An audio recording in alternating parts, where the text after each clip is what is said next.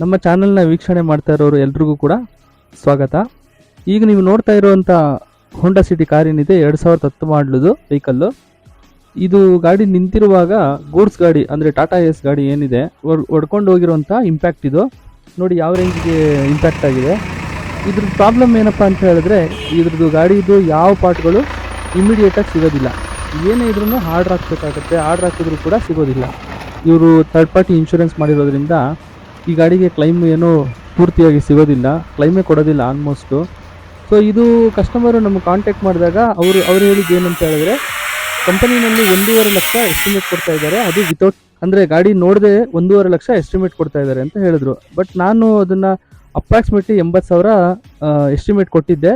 But final ಆಗಿ 55,000 ರಿಂದ 60,000 ರೂಪಾಯಿಗೆ ಮುಗಿಸ್ಕೊಟ್ಟಿದ್ದೀವಿ. ಹೇಗೆ ಸಾಧ್ಯ ಅಂದರೆ ನಮ್ಮ ಕಾಂಟ್ಯಾಕ್ಟ್ ಮೂಲಕ ಈ ಕ್ವಾರ್ಟರ್ ಪ್ಯಾನಲ್ನ ಸೆಕೆಂಡ್ ಹ್ಯಾಂಡ್ಲು ಹಾಕಿದ್ದೀವಿ. ಯಾವ ರೀತಿ ಅಂದರೆ ಟೋಟಲ್ ಲಾಸ್ ಗಾಡಿ ಬರುತ್ತೆ. ಸೊ ಶಿವಾಜಿನಗರದಲ್ಲಿ ಅಥವಾ ಎಲ್ಲಾದರೂ ನಮ್ಮ ಕಾಂಟ್ಯಾಕ್ಟ್ ಮುಖಾಂತರ ಹುಡುಕ್ಸ್ಬೋದು.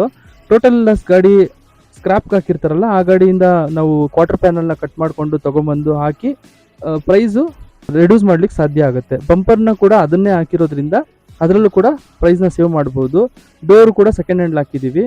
ಸೊ ಎಲ್ಲದೂ ಕಂಪೇರ್ ಮಾಡಿ ಕಂಪ್ಲೀಟ್ 55,000 ರಿಂದ 60,000 ರೂಪಾಯಿಗೆ ಮುಗಿಸ್ಕೊಟ್ಟಿದ್ದೀವಿ. ಕಸ್ಟಮರು ಕೂಡ ಹ್ಯಾಪಿ ಆಗಿದ್ದಾರೆ ಬಿಕಾಸ್ ಆಫ್ 1 ಲಕ್ಷ ಸೇವ್ ಆಯಿತು ಅವರಿಗೆ ಅದರಿಂದ. ಸೊ ಫೈನಲ್ ಫಿನಿಶಿಂಗ್ ನೀವು ನೋಡ್ಬೋದು.